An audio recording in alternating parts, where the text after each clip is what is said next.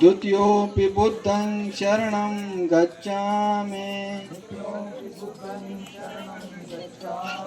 द्वितीयोऽपि धम्मं शरणं गच्छामि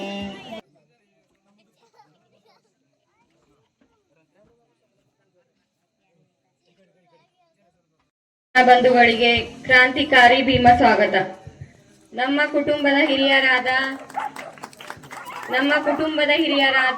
ಹಾಗೂ ನನ್ನ ಮಾವನವರಾದ ನರಸಪ್ಪ ಹನುಮಂತಪ್ಪ ಪಟ್ವಾರಿ ಅವರು ಪ್ರಕೃತಿಯಲ್ಲಿ ಲೀನರಾದ ದಿನದ ಸ್ಮರಣೆಗಾಗಿ ಇವತ್ತು ಈ ಕಾರ್ಯಕ್ರಮವನ್ನು ಹಮ್ಮಿಕೊಳ್ಳಲಾಗಿದೆ.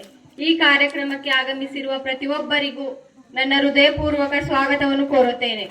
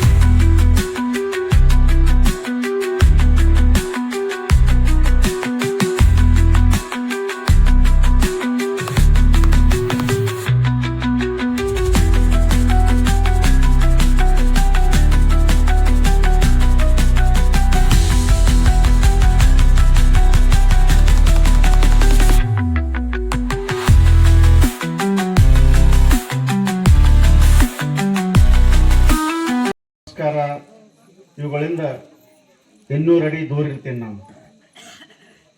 ಇವತ್ತು ಬಂದಿರತಕ್ಕಂಥದ್ದು ಸನ್ಮಾನಕ್ಕಾಗಿ ಅಲ್ಲ, ನನಗೆ ಸನ್ಮಾನ ಮಾಡ್ತಾರೆ ಅನ್ನೋ ಕಾರಣಕ್ಕಾಗಿ ನಾನು ಬಂದಿಲ್ಲ. ಇವತ್ತು ಚಂದ್ರಶೇಖರ್ ಅವರ ಆತ್ಮೀಯತೆಗಾಗಿ ಬಂದಿದ್ದೀನಿ ನಾನು. ಪಾಪ ಬೆಂಗಳೂರಿನಲ್ಲಿ ಇದ್ರೂ ಕೂಡ ತಿಂಗಳಲ್ಲಿ ಕನಿಷ್ಠ 2-3 ಬಾರಿ ನನ್ನ ಜೊತೆ ಫೋನ್ ಮುಖಾಂತರ ಸಂಪರ್ಕದಲ್ಲಿ ಇರ್ತಾರೆ. ದಯವಿಟ್ಟು ಕ್ಷಮಿಸ್ಬೇಕು ಚಂದ್ರಶೇಖರ್, ಯಾಕಂದ್ರೆ ನನ್ನ ಕೆಲಸದ ಒತ್ತಡದಲ್ಲಿ ಎಷ್ಟೋ ಸಾರಿ ನಾನು ಫೋನ್ ಕೂಡ ರಿಸೀವ್ ಮಾಡಿಲ್ಲ. ಆದರೂ ಕೂಡ ಏನೋ ಒಂದು ಆತ್ಮೀಯತೆಯನ್ನು ಅನ್ನೋದು ಇರ್ತದೆ. ಅವ್ರು ಹೇಳಿದ್ರು, ನಾನು ಫಾಲೋವರ್ ಇದ್ದೀನಿ, ನಿಮ್ಮ ಬರವಣಿಗೆಯನ್ನು ಬೆಸ್ತೀನಿ ಅಂತ. ಅದು ನಿಮ್ಮ ವೈಯಕ್ತಿಕ ಅಭಿಪ್ರಾಯ ಇರ್ಬೋದು, ಆದರೆ ನಾನು ಯಾವುದೇ ದೊಡ್ಡ ಸಾಧನೆ ಮಾಡಿಲ್ಲ. ಪತ್ರಿಕೋದ್ಯಮ ಅನ್ನುವಂಥದ್ದು ದೊಡ್ಡ ಸಮುದ್ರ ಇದ್ದಂಗೆ. ಆ ಸಮುದ್ರದೊಳಗಿನ ಸಣ್ಣ ಮೀನು ನಾನು, ಸಣ್ಣ ಮೀನು, ಏನೂ ಇಲ್ಲ, ನಾನು ಏನೂ ಕಲ್ತಿಲ್ಲ. ಅವ್ರು ಬಹಳ ದೊಡ್ಡ ತಿಳ್ಕೊಂಡ್ರು, ನನ್ನ ಬಗ್ಗೆ ವಿಶೇಷ ಗೌರವ ಇತ್ಯಾದಿ ಹೊಂದಿದ್ದಾರೆ ಅವರು. ನಾನು ಬಹಳ ಚೆನ್ನಾಗಿ ಬರೀತೀನಿ, ಅದೊಂದು ಅವ್ರ ವೈಯಕ್ತಿಕ ಅಭಿಪ್ರಾಯ ಇರ್ಬೋದು. ನಾನು ಏನೂ ಮಾಡಿಲ್ಲ ಇಲ್ಲಿ ತನಕ ಅಂತ ಹೇಳ್ಕೊತಕ್ಕಂಥದ್ದು. ಮತ್ತು ಅದು ಏನಾದರೂ ಮಾಡಿದರೆ ಅದು ನನ್ನ ಕರ್ತವ್ಯ. ಈಗಾಗಲೇ ಹೇಳಿದ್ರೆ 4ನೆಯ ಅತ್ಯಂತ ಪ್ರಮುಖವಾಗಿರ್ತಕ್ಕಂಥ ಅಂಗ ಅಂತ.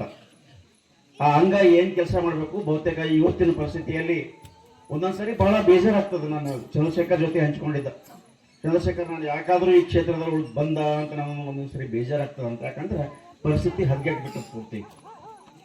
ನಾವು ಆರಂಭದಲ್ಲಿ ಏನು ಪತ್ರಿಕೋದ್ಯಮ ಕ್ಷೇತ್ರದೊಳಗೆ ಇದ್ದೀವಿ, ನಾನು ಇವತ್ತು 35ನೇ ವರ್ಷ ಈ ಕ್ಷೇತ್ರದಲ್ಲಿ ಕೆಲಸ ಮಾಡ್ತಾ ಇರ್ತಕ್ಕಂಥದ್ದು. ಇದು ದೊಡ್ಡ ಸಂಖ್ಯೆ ಮಾತಾಡ್ತಾ ಇಲ್ಲ. ಆ ಆರಂಭದಲ್ಲಿ ಏನು ಸ್ಥಿತಿ ಇತ್ತು, ಆ ಸ್ಥಿತಿ ಈಗ ಉಳಿದಿಲ್ಲ. ಇದೊಂದು ಕಮರ್ಷಿಯಲ್ ಫೀಲ್ಡ್ ಆಗಿಬಿಟ್ಟದು. ಬಹಳ ಬೇಜಾರಾಗ್ತದೆ. ಯಾವುದೋ ಒಂದು ಸೇವಾ ಮನೋಭಾವನೆಯಲ್ಲಿ ನಾವೇನು ಬರ್ಬೇಕಂತೀವಲ್ಲ, ಅಂಥವ್ರಿಗೆ ಬೇಜಾರಾಗ್ತದೆ.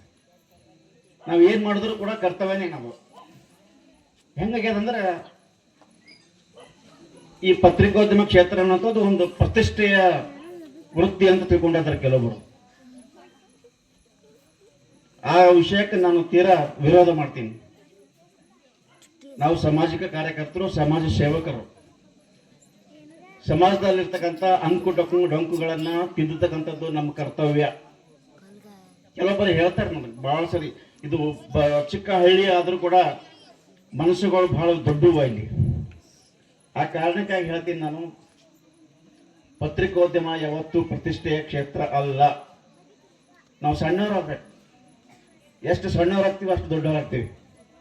ಇವತ್ತು ನನಗೆ ಚಂದ್ರಶೇಖರ್ ಅವರು ಮನಸ್ಸು ಇವತ್ತು ನನಗೆ ಎಳ್ಕೊಂಡು ಬಂದು ಇಷ್ಟು ರಾತ್ರಿ ಅಂತೂ ನಾವು ಎಲ್ಲರೂ ಬಂದಿಲ್ಲ. ಮೊದಲನೇ ಸರಿ ಅವ್ರು ಹೇಳಿದ್ರು, ಸರ್ ನೀವು ಕಾರ್ ನಡ್ಕೊಂಡು ಬರ್ರಿ. ಕಾರ್ ಬೇಡಪ್ಪ, ನಾ ಖಾಲಿ ನಡ್ಕೊಂಡು ಬರೋವಿದ್ದೀನಿ, ಬೈಕ್ ಮೇಲೆ ಬರ್ತೀನಿ ಅಂತ ಹೇಳಿದ್ರು ಚಂದ್ರಶೇಖರ್ ಅವರಿಗೆ. ಇವು ಕಾರು ಗೀರು ಇವೆಲ್ಲ ನಮ್ಗೆ ಯಾವ ಕಡೆಗೆ ಹತ್ತವಲ್ಲ. ನಮ್ಮ ಕರ್ತವ್ಯದ ಮೇಲೆ ನಮಗೆ ಗೌರವ ಇರ್ಬೇಕು. ಯಾವುದೋ ಒಂದು ಆಮಿಷಿಗೆ ಒಳಗಾಗಿ ಕೆಲಸ ಮಾಡ್ತಕ್ಕಂಥದ್ದು ತಂಗಿಯವರು ಹೇಳಿದ್ರಿಗಾಗಲೇ ಇವರು ಈ ಕ್ಷೇತ್ರದಲ್ಲಿ ಈ ರೀತಿ ಕೆಲಸ ಮಾಡ್ತಾ ಇದ್ದಾರೆ ಅನ್ನೋ ಕಾರಣಕ್ಕಾಗಿ ಈ ಗೌರವವನ್ನು ಕೊಡ್ತಾ ಇದ್ದೀವಿ. ಖಂಡಿತ ನಾನು ಈ ಗೌರವಕ್ಕಾಗಿ ಕೆಲಸ ಮಾಡ್ತಾ ಇಲ್ಲ. ಅದು ಏನ್ ಮಾಡಿದ್ರು ಅದು ನಮ್ಮ ಕರ್ತವ್ಯ. ಪ್ರತಿಫಲದ ಅಪೇಕ್ಷೆ ಇಲ್ಲದೆ ಮಾಡ್ತಕ್ಕಂಥದ್ದು ಯಾವ್ದಾದ್ರು ಇದ್ರೆ ಅದಕ್ಕೆ ಸೇವೆ ಅಂತ ಕರೀತಾರ. ಆ ಕ್ಷೇತ್ರದಲ್ಲಿ ನಾವಿದ್ದೀವಿ. ಇವತ್ತು ಹೆಂಗಾಗ್ಯದ ಪರಿಸ್ಥಿತಿ ಅಂದ್ರೆ ಅಲ್ಲಿ ಹೋಗೋದ್ರಿಂದ ನನಗೇನು ಸಿಗ್ತದ? ಫಸ್ಟ್ ನೀನು ಸಮಾಜಕ್ಕೆ ಏನಾದರೂ ಕೊಡು, ಸಮಾಜ ತಾನಾಗಿನೇ ನಿನಗೆ ಹುಡ್ಕೊಂಡು ಬಂದು ಕೊಡ್ತದೆ. ಇನ್ನೊಂದೇನದ, ಈ ಪ್ರಶಸ್ತಿ ಪುರಸ್ಕಾರಗಳು, ದೊಡ್ಡ ಸ್ಥಿತಿಗಳು ಇವೆಲ್ಲ ಹೆಂಗ್ ನಡೆದಾವ ಅಂದ್ರೆ ಇವತ್ತು ಶಿಫಾರಸಿನ ಮೇಲೆ ನಡೆದಾವ. ದುಂಬಾಲ್ ಬೀಳ್ತಾರೆ, ನನಗೆ ಸನ್ಮಾನ ಮಾಡ್ರಿ, ನನಗೆ ಗೌರವ ಕೊಡ್ರಿ. ಇವೆಲ್ಲ ಸನ್ಮಾನಕ್ಕೆ ಯೋಗ್ಯ ಆಗಿರ್ತಕ್ಕಂಥದ್ದು ಅಲ್ಲದು. ಆಕ್ಚುಲಿ ಸನ್ಮಾನಗಳು, ಪ್ರತಿಷ್ಠೆಗಳು ನಮಗೆ ಹುಡ್ಕೊಂಡು ಬರ್ಬೇಕು. ನಾವು ಅವಕ್ಕೆ ಬೆನ್ನ ತುಂಬಾರ್ದು. ಯಾವತ್ತು ಹಣ ಮತ್ತು ಈ ಸನ್ಮಾನ ಪುರಸ್ಕಾರಗಳು ನಮಗೆ ಬೆನ್ನತ್ತು ಬರಬೇಕೆ ಹೊರತು ನಾವು ಅವಕ್ಕೆ ಬೆನ್ನತ್ಕೊಂಡು ಯಾವತ್ತು ಹೋಗಬಾರ್ದು. ನಾನು ದೊಡ್ಡಸಕ್ಕೆ ಮಾತು ಹೇಳ್ತಾ ಇಲ್ಲ, ವೈಯಕ್ತಿಕವಾಗಿ ನಾನು ಇಲ್ಲಿವರೆಗೆ ಅದೇ ರೀತಿ ನಡ್ಕೊಂಡು ಬಂದೀನಿ ಅನ್ನೋ ಕಾರಣಕ್ಕಾಗಿನೇ ಚಂದ್ರಶೇಖರ್ ಅವ್ರ ಮನಸ್ಸು ಇವತ್ತು ನನಗೆ ಇಲ್ಲಿಗೆ ತನಕ ಎಳ್ಕೊಂಡು ಬಂದದ. ಜೊತೆಗೆ ಈ ಕಾರ್ಯಕ್ರಮಕ್ಕೆ ಕತ್ತಲೆ ಆಗ್ತದ. ಬಹುತೇಕ ಚಂದ್ರಶೇಖರ್ ಅವ್ರ ಕಾರ್ಯಕ್ರಮಕ್ಕೆ ಸ್ವಲ್ಪ ಅಡಚಣೆ ಆಗಿರ್ಬೇಕಂತ ಅನ್ಸ್ಕೊಳ್ತೀನಿ. ಹುಮ್ನಾಬಾದ್ಗೆ ಹೋಗ್ಲಿಕ್ಕೆ ನನಗೆ ಲೇಟ್ ಆಯ್ತದ, ಬೈಕ್ ಮೇಲೆ ಬಂದಿದ್ದೀನಿ. ಆ ಕಾರಣಕ್ಕಾಗಿ ಅವಸರದಲ್ಲಿ ನನಗೆ ತೊಂದರೆ ಆಗಬಾರ್ದು ಅನ್ನೋ ಕಾರಣಕ್ಕಾಗಿ ಚಂದ್ರಶೇಖರ್ ಅವರು ಮೊದಲನೇ ಬಾರಿಗೆ ನನಗೆ ಸನ್ಮಾನ ಮಾಡಿದ್ದಾರೆ. ನನ್ನ ಈ ಭೋಜಿ ಒಬ್ಬ ಪತ್ರಕರ್ತನಾಗಿ ಬಂದಿಲ್ಲ, ಚಂದ್ರಶೇಖರ್ ತಮ್ಮಾಗಿ ಅಣ್ಣಾಗಿ ಬಂದಿದ್ದೀನಿ. ನಾನು ಸನ್ಮಾನಕ್ಕಾಗಿ ಬಂದಿಲ್ಲ, ಚಂದ್ರಶೇಖರ್ ಮನಸ್ಸು ನನಗೆ ಕದ್ಕೊಂಡು ಬಂದದ ಇಲ್ಲಿಗೆ, ಅದಕ್ಕೆ ಬಂದೇನೆ. ಈ ಪ್ರೀತಿ ವಿಶ್ವಾಸ ಇದೇ ರೀತಿ ಮುಂದುವರಲಿ. ನಿಮ್ಮ ಈ ಸಮಾಜ ಸೇವಾ ಕ್ಷೇತ್ರ ನೋಡ್ರಿ, ಒಂದು ಪರಿವಾರಕ್ಕೆ ಸಂಬಂಧಪಟ್ಟಿರ್ತಕ್ಕಂಥ ಕಾರ್ಯಕ್ರಮ ಇದು. ಯಾಕೆ ಮಾಡ್ಬೇಕು ಹೇಳ್ರಿ? ಇವೆಲ್ಲ ಪ್ರತಿಭಾವಂತ ವಿದ್ಯಾರ್ಥಿಗಳನ್ನ, ಪತ್ರಿಕಾ ಕ್ಷೇತ್ರದಲ್ಲಿ ಕೆಲಸ ಮಾಡ್ತಕ್ಕಂಥವ್ರನ್ನ, ಬೇರೆ ಬೇರೆ ಇತರೆ ಕ್ಷೇತ್ರಗಳಲ್ಲಿ ಕೆಲಸ ಮಾಡ್ತಕ್ಕಂಥವ್ರನ್ನ, ಅದು ಒಳ್ಳೆ ರೀತಿ ಕೆಲಸ ಮಾಡ್ತಕ್ಕಂಥವ್ರನ್ನ ಗುರುತಿಸಿ ಸನ್ಮಾನ ಮಾಡ್ಬೇಕನ್ನುವಂತ ಒಂದು ಮನೋಭಾವನೆ ಏನಿದೆಯಲ್ಲ, ಅದು ದೊಡ್ಡ ಮನಸ್ಸು. ಬೆಂಗಳೂರಿನಲ್ಲಿ ಇದ್ದಂದವರು ಕೋಟ್ಯಾಂತರ ರೂಪಾಯಿ, ಲಕ್ಷಾಂತರ ರೂಪಾಯಿ ಗಳಿಸುವಂತ ಅಲ್ಲೇ ಕೊಡ್ಬೋದು. ಪ್ರತಿ ವರ್ಷ ತಮ್ಮ ತಂದೆಯವರ ಹೆಸರಿನಲ್ಲಿ ಏನು ಈ ಕಾರ್ಯಕ್ರಮ ಮಾಡ್ತಾ ಇದ್ದಾರಲ್ಲ, ಅದು ಉಳಿದವರೆಲ್ಲರಿಗೂ ಕೂಡ ಮಾದರಿ ಅಂತ ನಾನು ಭಾವಿಸ್ತೀನಿ. ಇವರು ಕೆಲಸ ಇದೇ ರೀತಿ ಮುಂದುವರಲಿ. ನಾನು ನಿಮ್ಮ ಜೊತೆಗೆ ನಾನು ಯಾವತ್ತು ಪತ್ರಕರ್ತನಾಗಿ, ನಿಮ್ಮ ತಮ್ಮ ಆಗಿ, ಅಣ್ಣಾಗಿ ನಿಮ್ಮ ಜೊತೆಗೆ ಇರ್ತೀನಿ. ನಾನು ಸೇವೆ ಸಲ್ಲಿಸಿಗೆ ಸದಾ ಬರ್ತೀನಿ ಅಂತ ಮಾತನ್ನ ಹೇಳಿ ನನಗೆ ಮಾತಾಡಲಿಕ್ಕೆ ಅವಕಾಶ ಕೊಟ್ಟಿದ್ದಕ್ಕೆ ತುಂಬಾ ತುಂಬಾ ಧನ್ಯವಾದ. ನಾನು ಇನ್ನೊಂದು ಹೇಳಿದ್ದೆ, ಇಲ್ಲಿ ನನಗಿಂತಲೂ ಹಿರಿಯ ಪತ್ರಕರ್ತರಿದ್ದಾರೆ, ಅವ್ರಿಗೆ ಮೊದಲು ಅವಕಾಶ ಕೊಡಿ, ಮೊದಲು ಅವ್ರಿಗೆ ಸನ್ಮಾನ ಮಾಡಿ ಅಂತ ಹೇಳಿದ್ದೆ. ನಾನು ಬಹಳ ಸಣ್ಣ, ನಾನು ಮೊದಲೇ ಹೇಳಿ ನಿಮ್ಗೆ ಸಮುದ್ರದಾಗಿ ಮೀನು ಅಂತ ಹೇಳಿದ್, ಸಣ್ಣ ಮೀನು ಅಂತ ಹೇಳಿದ್, ದೊಡ್ಡ ಮೀನು ನೋಡಪ್ಪ. ಹೀಗಾಗಿ ಅವರೆಲ್ಲರಿಗೂ ಕೂಡ ಆ ಗೌರವ ಸಿಗಲಿ, ನಿಮ್ಮ ಸಂಸ್ಥೆ ಇನ್ನೂ ಚೆನ್ನಾಗಿ ಬೆಳೀಲಿ ಅಂತ ಹಾರೈಸಿ, ಇಬ್ಬರು ಚಂದ್ರಶೇಖರ್ ಅವರು ಮತ್ತು ಅವರ ದಂಪತಿ, ಅವರ ತಾಯಿ ಅವರಿಗೆಲ್ಲರಿಗೂ ಮನತುಂಬಿ ಅವರಿಗೆ ಶುಭವನ್ನು ಕೋರಿ ನನ್ನ ಎರಡು ಮಾತುಗಳಿಗೆ ವಿರಾಮವನ್ನು ಹೇಳ್ತೀನಿ. ಧನ್ಯವಾದ. ಅವರ 4ನೇ ಪುಣ್ಯ ಸ್ಮರಣೆ ನಿಮಿತ್ತ ಅವರ ಆತ್ಮಕ್ಕೆ ಶಾಂತಿ ಸಿಗಲೆಂದು ನಾನು ದೇವರಲ್ಲಿ ಪ್ರಾರ್ಥಿಸುತ್ತೇನೆ. ಈ ಒಂದು ಸ್ವಾಭಿಮಾನಿ ಅಂಬೇಡ್ಕರ್ ಪ್ರಶಸ್ತಿ ಸಮಾರಂಭ ತನ್ನದೇ ಆದಂತ ಒಂದು ಅದ್ಭುತವಾದ ಉದ್ದೇಶವನ್ನು ಹೊಂದಿದೆ. ಅದೇನೆಂದರೆ ವಿದ್ಯಾರ್ಥಿಗಳಿಗೆ ಶಿಕ್ಷಣದಲ್ಲಿ ಒಂದು ಆಸಕ್ತಿಯನ್ನು ಮೂಡಿಸುವುದು, ಒಂದು ಅಭಿರುಚಿಯನ್ನು ಮೂಡಿಸುವಂತಹ ವಿಷಯವನ್ನು ಈ ಕಾರ್ಯಕ್ರಮದ ಮೂಲ ಉದ್ದೇಶವಾಗಿದೆ. ಹಾಗೂ ವಿದ್ಯಾರ್ಥಿಗಳ ಮಧ್ಯೆ ಒಂದು ಸ್ಪರ್ಧೆಯನ್ನು ಏರ್ಪಡಿಸುವಂತಹ ಉದ್ದೇಶ ಈ ಒಂದು ಕಾರ್ಯಕ್ರಮದಾಗಿದೆ. ಈ ಒಂದು ಕಾರ್ಯಕ್ರಮದ ಈ ಒಂದು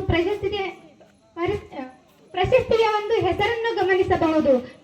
ಅದೇನಂದ್ರೆ ಸ್ವಾಭಿಮಾನಿ ಅಂಬೇಡ್ಕರ್. ಅಂಬೇಡ್ಕರ್ ಅಂದರೆ ಒಬ್ಬರು ಸಾಮಾನ್ಯವಾದ ವ್ಯಕ್ತಿಯಲ್ಲ, ಅವರು ಒಂದು ಸಾಮಾನ್ಯವಾದ ಹೆಸರಲ್ಲ. ಅಂಬೇಡ್ಕರ್ ಅಂದರೆ ನಮ್ಮ ಭಾರತ ದೇಶದ ಸಂವಿಧಾನ ಶಿಲ್ಪಿ, ನಮ್ಮ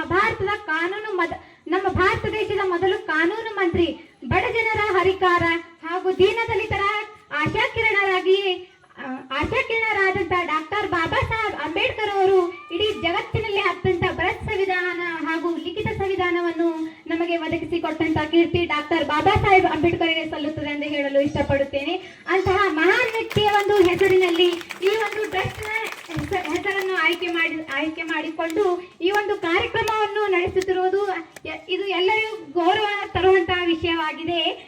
ಹಾಗೂ ಡಾಕ್ಟರ್ ಬಾಬಾ ಸಾಹೇಬ್ ಅಂಬೇಡ್ಕರ್ ಅವರು ನಮ್ಮ ಭಾರತ ದೇಶ ಸ್ವಾತಂತ್ರ್ಯಕ್ಕೋಸ್ಕರ ಬಹಳಷ್ಟು ಹೋರಾಟವನ್ನು ಮಾಡಿರುವುದು ನಾವೆಲ್ಲರೂ ಗಮನಿಸಬಹುದು. ಅವರು ಹೋರಾಟವನ್ನು ಹಿಂಸೆಯ ಮೂಲಕ ಆಗಿರ್ಬೋದು ಅಥವಾ ಒಂದು ಯಾವುದೇ ಒಂದು ಶಸ್ತ್ರವನ್ನು ಉಪಯೋಗಿಸಿಕೊಂಡು ಅಥವಾ ಒಂದು ಆಯುಧವನ್ನು ಉಪಯೋಗಿಸಿಕೊಂಡು ಮಾಡಿದ್ದಲ್ಲ. ಅವರು ತನ್ನ ಶಿಕ್ಷಣವನ್ನು, ತನ್ನ ವಿದ್ಯೆಯನ್ನೇ ಶಸ್ತ್ರವನ್ನಾಗಿ ಮಾಡಿಕೊಂಡು, ತನ್ನ ಮಾತಿನ ಶೈಲಿಯನ್ನೇ ಸೈನಿಕರನ್ನಾಗಿ ಬಳಸಿಕೊಂಡು ನಮ್ಮ ಭಾರತ ದೇಶಕ್ಕೆ ಸ್ವತಂತ್ರ ತರಲು ಹೋರಾಟ ಮಾಡಿ ನಮ್ಮ ಭಾರತಕ್ಕೆ ಸ್ವಾತಂತ್ರ್ಯ ತಂದುಕೊಟ್ಟಂತಹ ಕೀರ್ತಿ ನಮ್ಮ ಡಾಕ್ಟರ್ ಬಾಬಾ ಸಾಹೇಬ್ ಅಂಬೇಡ್ಕರ್ ಅವರಿಗೆ ಸಲ್ಲುತ್ತದೆ. ಅಂತಹ ಮಹಾನ್ ವ್ಯಕ್ತಿಯ ಒಂದು ನೆನಪಿನಲ್ಲಿ, ಅಂತಹ ಮಹಾನ್ ವ್ಯಕ್ತಿಯ ಒಂದು ಹೆಸರಿನಲ್ಲಿ ಈ ಒಂದು ಕಾರ್ಯಕ್ರಮದ ಈ ಒಂದು ಪ್ರಶಸ್ತಿಯ ಒಂದು ನಾಮಕರಣವನ್ನು ಮಾಡಿರುವುದು ನಮ್ಮೆಲ್ಲರಿಗೂ ಒಂದು ಹೆಮ್ಮೆಯ ವಿಷಯ. ಹಾಗಾಗಿ ನಾವೆಲ್ಲರೂ ಶಿಕ್ಷಣವನ್ನು ಪಡೆಯುವುದು, ನಾವೆಲ್ಲರೂ ಕೂಡ ಒಂದು ಸಮಾಜದ ಒಳ್ಳೆಯ ನಾಗರಿಕರನ್ನಾಗಿ ಬದುಕೋಣ. ಶಿಕ್ಷಣ ಒಂದು ನಮಗೂ ನೀತಿಯನ್ನು ಹೇಳ್ತದ್ರಿ. ನೀನು ನನಗೆ ಸ್ವಲ್ಪ ಸಮಯದ ಕಾಲ ತಲೆಬಾಗಿ ಓದು, ನಾನು ನಿನಗೆ ಸದಾಕಾಲ ಸಮಾಜದಲ್ಲಿ ತಲೆ ಎತ್ತುವಂತಹ ವ್ಯಕ್ತಿಯನ್ನಾಗಿ ಮಾಡುತ್ತೇನೆ ಅಂತ ಹೇಳ್ತದ. ಅದಕ್ಕಾಗಿ ನಾವು ಸಮಾಜದಲ್ಲಿ ಒಬ್ಬ ಒಳ್ಳೆಯ ವ್ಯಕ್ತಿಯನ್ನಾಗಿ ಆಗ್ಬೇಕಂದ್ರ ಶಿಕ್ಷಣದ ಮೂಲಕವೇ ಸಾಧ್ಯ. ಅದು ನಾವ್ ಈಗಿನ ಜನರೇಷನ್ ಹೆಂಗಾಗ್ಯದಂದ್ರ ಎಲ್ಲರೂ ತಲೆ ಬಾಗಿ ಫೋನ್ ನೋಡಕ್ ಚಾಲೂ ಮಾಡ್ಯಾರಿ. ಸೊ ಫೋನಿಗೆ ಒಂದ್ ಸ್ವಲ್ಪ ಬದಗಿಟ್ಟು ನಾವು ಶಿಕ್ಷಣವನ್ನು ಕಲಿತು ಸಮಾಜದಲ್ಲಿ ಒಬ್ಬ ಒಳ್ಳೆಯ ನಾಗರಿಕನಾಗಿ ಬದುಕಬೇಕು. ಹಾಗೆ ನಾವು ಸಮಾಜದಲ್ಲಿ ವಿದ್ಯಾರ್ಥಿಗಳೊಂದು ಆಸಕ್ತಿಯನ್ನು ಮೂಡಿಸಬೇಕು. ಈ ಕಾರ್ಯಕ್ರಮದ ಉದ್ದೇಶವೂ ಕೂಡ ಅದೇ, ವಿದ್ಯಾರ್ಥಿಗಳಲ್ಲಿ ಒಂದು ಶಿಕ್ಷಣದಲ್ಲಿ ಒಂದು ಆಸಕ್ತಿಯನ್ನು ಮೂಡಿಸುವುದು. ಇದು ಎಲ್ಲರಲ್ಲಿ ಬರುವಂತ ಸಾಮರ್ಥ್ಯ ಇಲ್ಲ. ಇದು ಕೇವಲ ತಂದೆ ತಾಯಿ ಹಾಗೂ ಒಬ್ಬ ಉತ್ತಮ ಶಿಕ್ಷಕನು ವಿದ್ಯಾರ್ಥಿಯನ್ನು ಶಿಕ್ಷಣದಲ್ಲಿ ಒಂದು ಅಭಿರುಚಿ, ಆಸಕ್ತಿಯನ್ನು ತರುವಂತ ಪ್ರಯತ್ನ ಆಗುತ್ತದೆ. ನಮ್ಮ ಮನಃಶಾಸ್ತ್ರ ತಿಳಿಸ್ಕೊಡ್ತದ, ವಿದ್ಯಾರ್ಥಿಗಳು ಕಲಿಯಲು ಸಿದ್ಧರಿದ್ದಾಗ ಮಾತ್ರ ಕಲಿಸಬೇಕು. ಅವರು ಕಲಿಯಲು ಸಿದ್ಧರಿಲ್ಲದಾಗ ಅವರನ್ನು ಸಿದ್ಧರನ್ನಾಗಿಸಿ ಕಲಿಸಬೇಕಂತ ಹೇಳ್ತದ. ಆ ಒಂದು ಉದ್ದೇಶವನ್ನು ಈ ಒಂದು ಕಾರ್ಯಕ್ರಮ ಹೊಂದ್ಯದ. ಈ ಒಂದು ಕಾರ್ಯಕ್ರಮ ವಿದ್ಯಾರ್ಥಿಗಳಲ್ಲಿರುವ ಹೊಸ ಕೌಶಲ್ಯಗಳನ್ನು ಹಾಕಲಕ್ಕೆ ಈ ಒಂದು ಕಾರ್ಯಕ್ರಮ ಮೂಲ ಉದ್ದೇಶವನ್ನು ಹೊಂದ್ಯದ ಅಂತ ಹೇಳಕ್ ಇಷ್ಟಪಡುತ್ತೀನಿ. ಹಾಗಾಗಿ ಈ ಒಂದು ಕಾರ್ಯಕ್ರಮ ಸದಾ ಹೀಗೆ ಮುಂದುವರೆಯಲಿ, ಒಂದು ಬೃಹತ್ ಕಾರ್ಯಕ್ರಮವಾಗಿ ಮುಂದೆ ಮಾರ್ಪಡಲಿ ಎಂದು ಆಶಯಿಸುತ್ತಾ, ನನ್ನ ಮಾತುಗಳಲ್ಲಿ ಏನಾದರೂ ತಪ್ಪಾದರೆ ಕ್ಷಮೆ ಇರಲಿ. ನನಗೆ 7 ಮಾತುಗಳನ್ನು ಆಡಲು ಅವಕಾಶ ಮಾಡಿಕೊಟ್ಟಂತ ಚಂದ್ರಶೇಖರ್ ಅಣ್ಣ ಅವರಿಗೆ ತುಂಬು ಹೃದಯದ ಧನ್ಯವಾದಗಳು. ನನ್ನ ಭಾಷಣಕ್ಕೆ ವಿರಾಮ ನೀಡುತ್ತೇನೆ. ಜೈ ಹಿಂದ್, ಜೈ ಕರ್ನಾಟಕ, ಜೈ ಭೀಮ್. ಒಂದು ಪ್ರೀತಿ, ಅವ್ರ ಪ್ರೀತಿ ಅವ್ರ ತಂದೆ ಮೇಲೆ ಎಷ್ಟು ಈ ಕಾರ್ಯಕ್ರಮ ಮಾಡ್ತಿದಾರಂದ್ರೆ ಅವ್ರ ತಂದೆ ಮೇಲೆ ಎಷ್ಟೊಂದು ಪ್ರೀತಿ ಇತ್ತು ಅನ್ನೋದು ನಮ್ಗೆ ಗೊತ್ತಾಗ್ತದೆ. ಆ ಪ್ರೀತಿಗೋಸ್ಕರ ನಾನು ಈ ಪ್ರಶಸ್ತಿಯನ್ನು ಸ್ವೀಕರಿಸ್ಕೊಂಡೆ. ಯಾಕಂದರೆ ನಾನು ಕೂಡ ನಮ್ಮ ತಂದೆಯನ್ನು ತುಂಬ ಪ್ರೀತಿಸ್ತೀನಿ. ಹಂಗಾಗಿ ನನಗೆ ಒಂಥರ ಇಷ್ಟ ಆಯಿತು. ಮತ್ತು ಸ್ವಾಭಿಮಾನಿ ಅಂಬೇಡ್ಕರ್ ಪ್ರಶಸ್ತಿ ಹೆಸರು ನನಗೆ ತುಂಬ ಹತ್ತಿರ ಅನ್ನಿಸ್ತು. ನಮ್ಮದು ಇದು ಕಾರ್ಯಕ್ರಮ ಅಂತ ಅನ್ನಿಸ್ತು.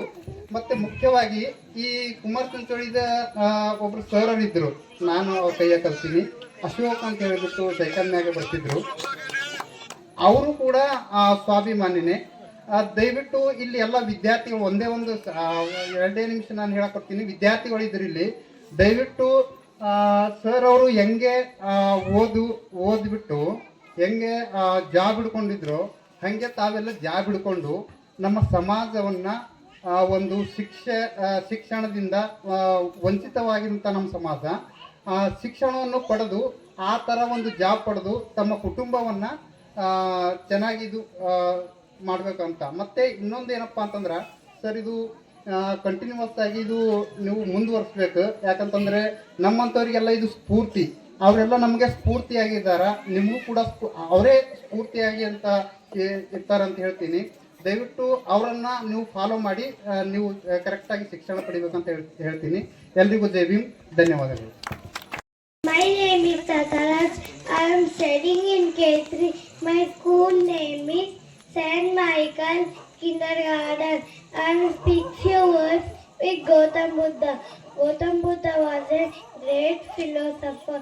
Gautam Buddha was a founder of the Buddhism. Gautam Buddha born a king family. And Gautam Buddha said, what we think that we come. And Gautam Buddha said, expectation are the root causes of suffering. Thank you. Jai Bhim, Jai Bharat. Nikita Shinde. Today I want to speak about to Rajeshri Shahu Maharaj, architect of social justice Chhatrapati Rajeshri Shahu Maharaj. Rajashri Chhatrapati Shahu Maharaj, born on June 26, 1874, was the ruler of Kolhapur state and a major social reformer. The title Rajashri signifies his royal status and Chhatrapati denotes his leadership. He championed the rights of marginal communities by implementing reservation in education and government job for lower castes. He promoted free education and corporate to end caste discrimination. Shahu Maharaj Satya Shodhaka Sabha, advocating for equality and social justice. His efforts in education, especially for women and lower caste, and his push to modernize society while honoring tradition left a lasting impact. Celebrating his birth anniversary on June 26 highlights his contribution to social justice and equality. Rajashri Shahu Maharaj, a beacon of equality and justice, illuminating paths to a brighter future for all. Thank you. ವಂದಿಸುತ್ತಾ ಇವತ್ತಿನ ಈ ಒಂದು ಸಂಜೆಯ ಕಾರ್ಯಕ್ರಮಕ್ಕೆ ಕುಮಾರಸುಂಚಳಿಯ ಪಟವಾರಿ ಪರಿವಾರದ ಎಲ್ಲ ಸದಸ್ಯರುಗಳು ಭೀಮನಮನವನ್ನು ವಂದಿಸುತ್ತಾ, ಅದೇ ರೀತಿಯಾಗಿ ಇಲ್ಲಿ ನೆರೆದಿರುವಂಥ ನಮ್ಮ ಹಿರಿಯ ಮುಖಂಡರುಗಳು, ಅದು ತಾಯಂದಿರು, ಅದೇ ರೀತಿಯಾಗಿ ಪ್ರತಿಭಾವಂತ ವಿದ್ಯಾರ್ಥಿಗಳು, ಇವರೆಲ್ಲರಿಗೂ ವಂದಿಸುತ್ತಾ ಒಂದು ಎರಡು ಮಾತು ಹೇಳಕ್ಕೆ ಬಯಸ್ತೀನಿ.